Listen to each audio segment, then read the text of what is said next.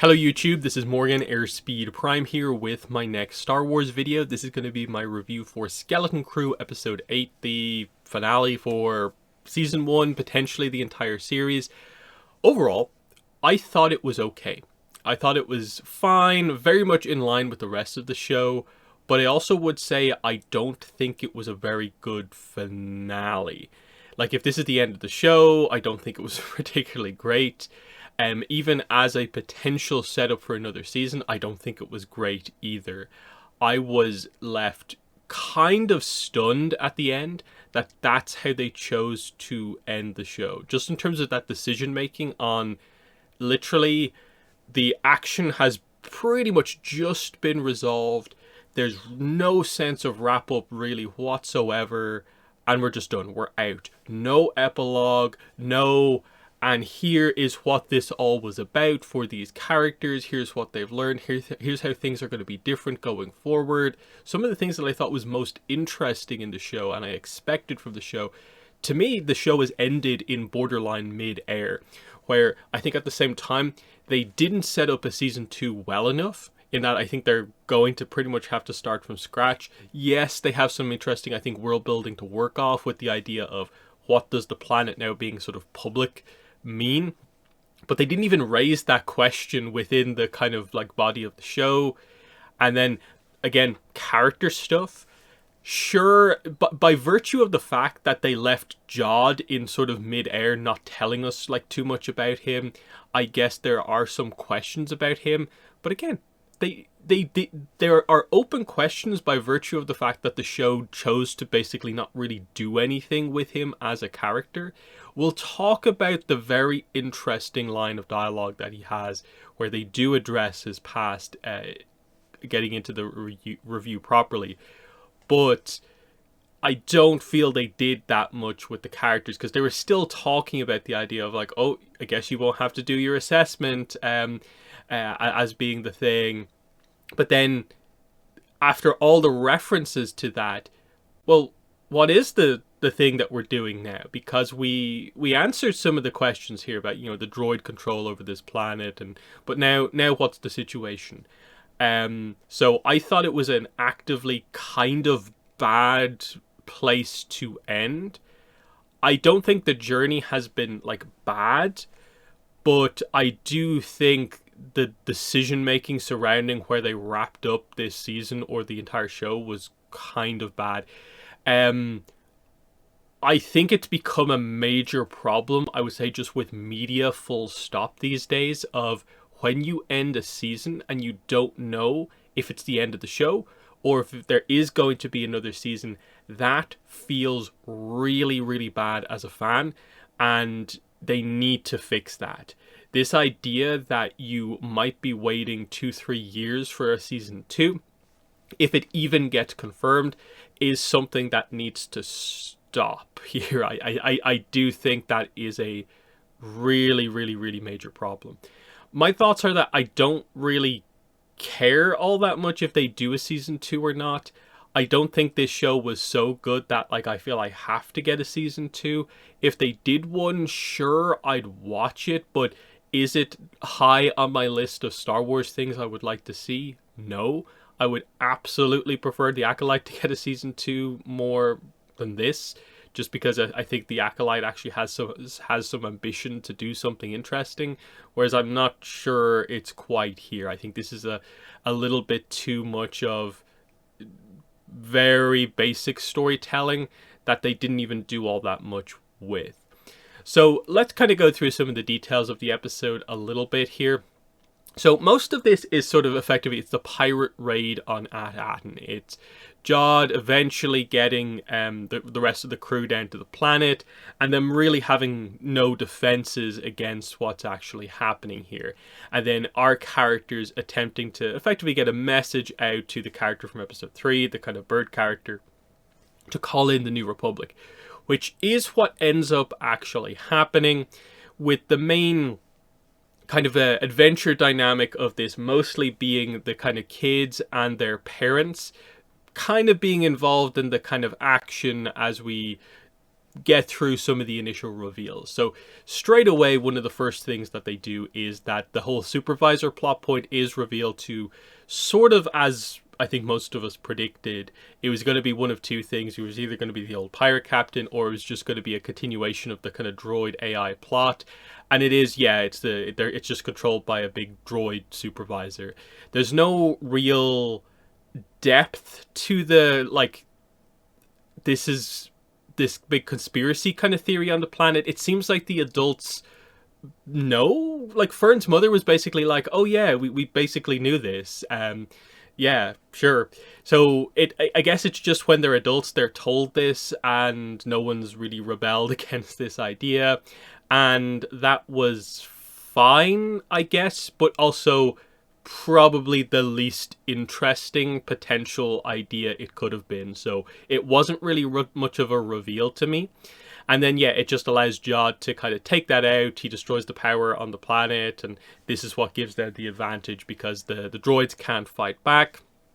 And, you know, we have to deal with the plot point of having to reactivate some of this stuff to kind of get going again. The kids are mostly all split up, and they get their kind of moment to do something where, yes, there is a turbo laser on top of the school or whatever it was. Neil goes up there and activates it. I thought it was a pretty pointless scene, because it felt like a reference that the show had set up for the sake of a reference. Not that it actually did anything in the actual plot of the show, where he gets like a few hits on the pirate ship as it comes down, but it doesn't seem to do any like effective damage. Like the next second, the turbo laser replacement is destroyed. And it's like, okay, Neil did something. It's a reference to the episode where he had his kind of character arc, but it was literally just a reference, and I don't think it hit that hard. KB gets to fly the ship, and, you know, she kind of half repairs 33. His head is kind of active again, basically, and his body's separate. I don't really think what they did here worked, because the ship goes down, and the show tries to frame this as KB has been killed. They use this both for Fern as like this devastating, like her best friend has just been killed, and for Jod as the moment where, oh, I didn't mean it to go this far. It's the moment where things are meant to get super, super serious. But the shot where the ship went down, I just think wasn't executed very well, where it just, to me, relatively slowly falls down into a building. There is a slight puff of smoke where, like, it is something I would consider to be a crash landing, but I would say pretty low on the danger scale for a crash landing. So when we finally went there and addressed the status of KB, it was like, oh yeah, this is exactly what I expected. They mostly got caught by the building. The ship didn't break apart. There wasn't an explosion.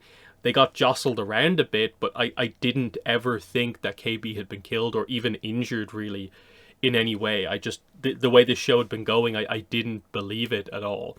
So they maybe overdid that a little bit, maybe with the scream from Fern, given what we saw. I liked the Jod kind of moment there, though, because this was probably the most interesting character work that the show, in my mind, has done. And that is like, oh, one of the kids that I've kind of been part of the crew of, like, you know, for most of the series has potentially just died in front of me.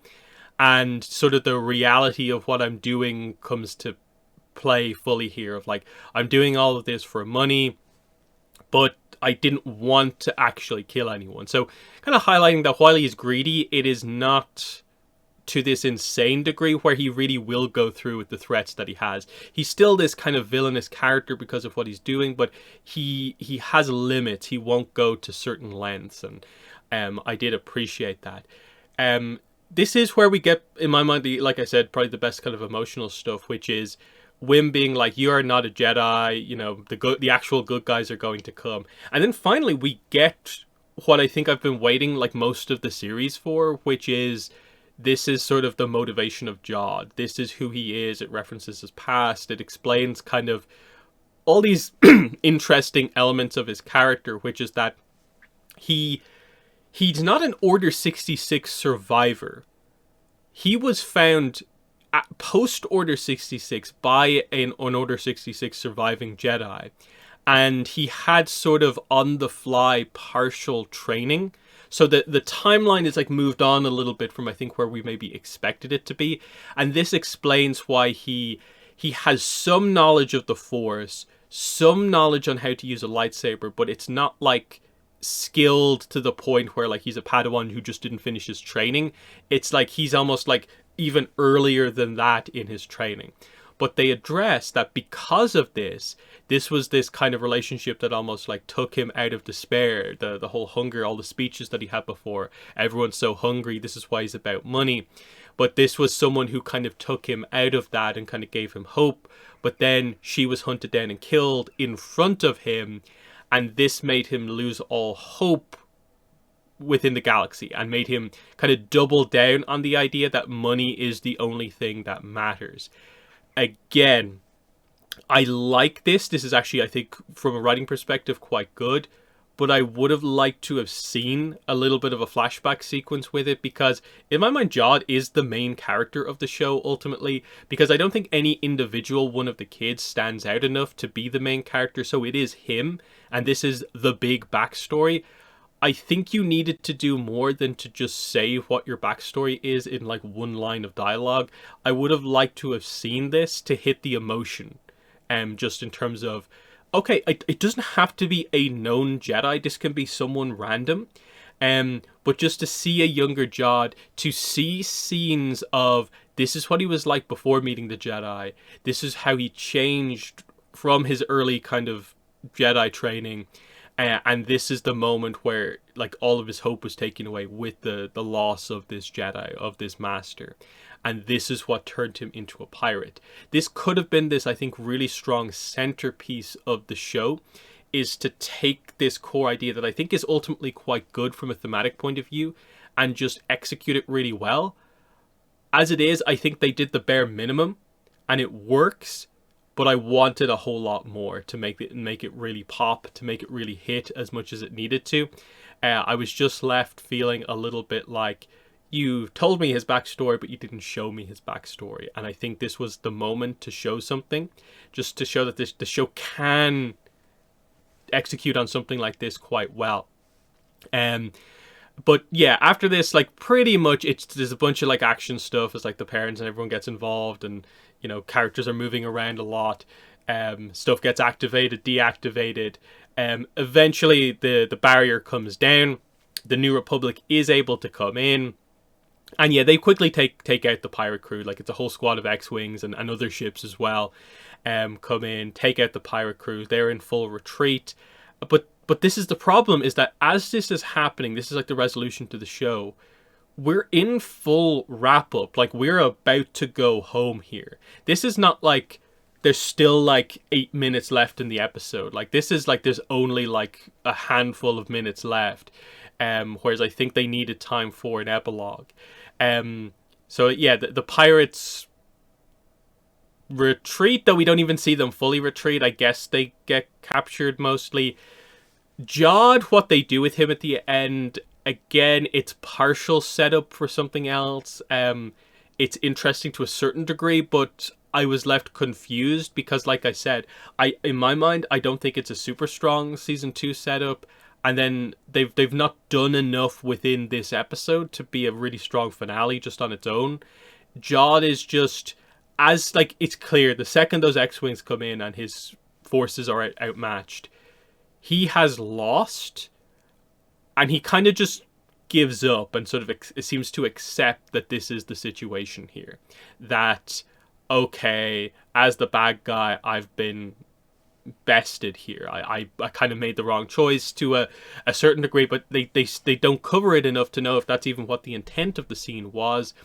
One interesting point is that Wim does try to sort of go back for Jod to almost like help him, as if like he doesn't want him to just get like maybe arrested or killed in the bombing runs or something like that. Sort of, again, unclear. And for a show that ultimately doesn't have that much going on, I think the lack of clarity to some of the ending here is a very, very odd choice. This is then when we go to address what happened to KB. and we see the ship, which has crashed into a building. She rolls out. She's unconscious. They think she's badly injured, but she quickly just wakes up. So she just got knocked out, I guess. 33 is there as well, and there's a bunch of money as well. But they're still on the planet that is the Mint, so the money was a plot point temporarily. What it means for everything else, I don't know. And that's mostly where it ends. Like, it literally is like, after that, we have the kind of happy reunion of the rest of the kind of the kids team, and it's just over at that point. Like, there's no... And this is how this has changed things, that Ad-Aten is public. This is what the money means going forward. This is how the planet has changed, because we're no longer under droid leadership, necessarily. We have more control over things. We're not afraid to interact with the rest of the galaxy. That was sort of the Fern and her mother kind of plot point to a certain degree. All the kids, to a certain degree, had the plot point with their parents of, like, listen to me. My adventure means I have some context to what's going on here that you don't. I have a point. Will you actually listen to what I have to say? And that was the point kind of here, is that I guess Fern's mother was sort of high up enough that she, I suppose, knew the full truth of everything, and agreed with the whole barrier being in place. But now it's the idea of, there's good people out there as well. There's the potential for badness, but there's good people out there. Sort of, that you could tell what they were trying to do is kind of have the contrast, which is that Jod literally says that the world is a terrible place, but there are kind of pinpricks of light, whereas the Fern and I suppose the rest of the main character perspective is meant to be that it's the opposite. The world is mostly good, but that there are kind of elements out there that are the darkness, but that it is a reverse perspective type thing. So I'm mostly wrapping it up there. I wish I had kind of more to say about it, but like, the show is ultimately very simple and straightforward to the point. They made the decision to really not use the lore they had set up particularly well. In terms of character arcs, there's not really much to be found here. It was a fun adventure across 8 episodes for all these characters that really amounted to not that much by the end, because the ending isn't a very strong ending at all. And I don't like that. It seems like the legacy of this show hinges upon, we need more content here. We need to do a season 2 just to have anything that resembles a backstory. And I think this is slightly different than a situation like, say, Ahsoka, which I feel kind of did some similar things, where they set up a bunch of stuff, a bunch of mysteries, mostly didn't resolve them within season 1, and it was mostly a setup for season 2. That one at least has the ambition of it, like it's the Ahsoka show, it's one of the big Dave Filoni shows. This one felt like, it's trying to be a little bit more off on its own.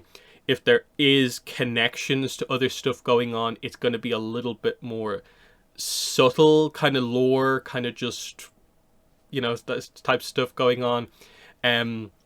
Why is this show the one to do that? Whereas I really think if this show had maybe 5 to 10 more minutes, and they just did a wrap up of, here's what things mean going forward, here's Jod and his perspective after being defeated, basically. Here's what the kids learned over the course of their adventure and how things are different from where they started off. Here's the adults addressing how they're going to sort of like run the leadership of this planet now that the droid stuff is gone, and we're open to the public to a certain degree.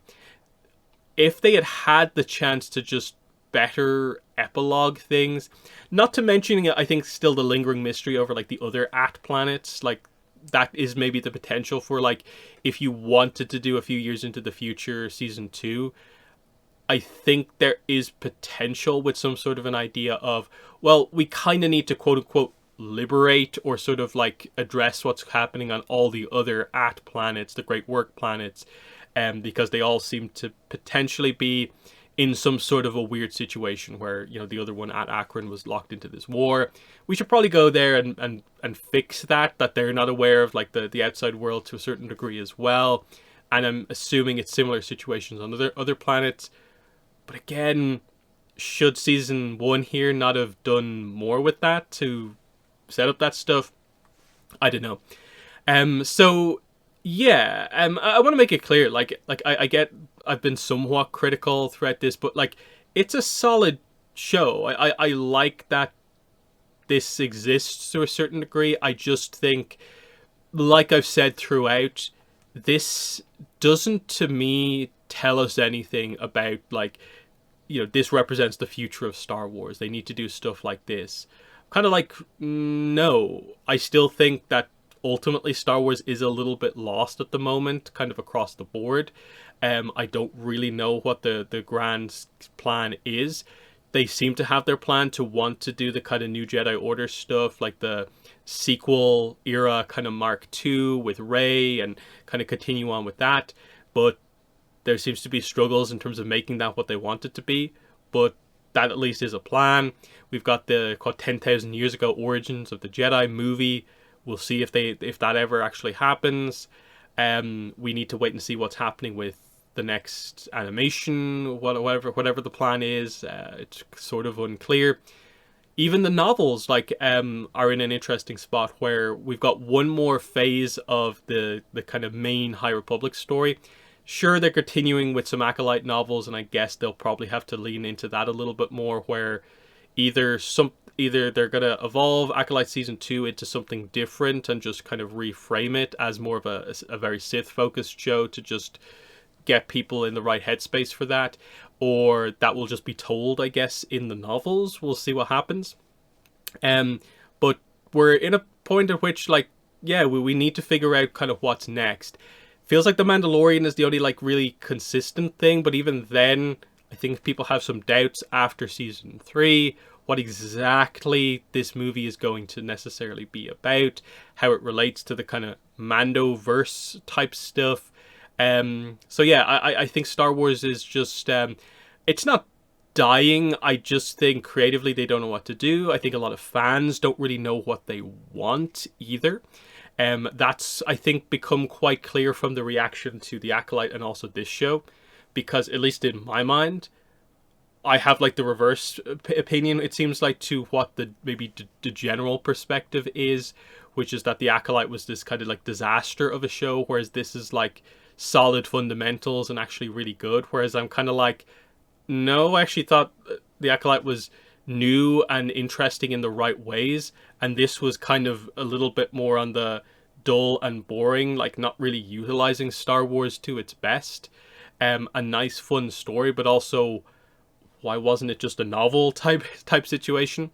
But anyway, they're my thoughts on Skeleton Crew. In the comments section, let me know what your thoughts were on this show, and also just where you are with Star Wars right now. What are your thoughts on potential upcoming projects? Which ones are you interested in? What do you want the franchise to do?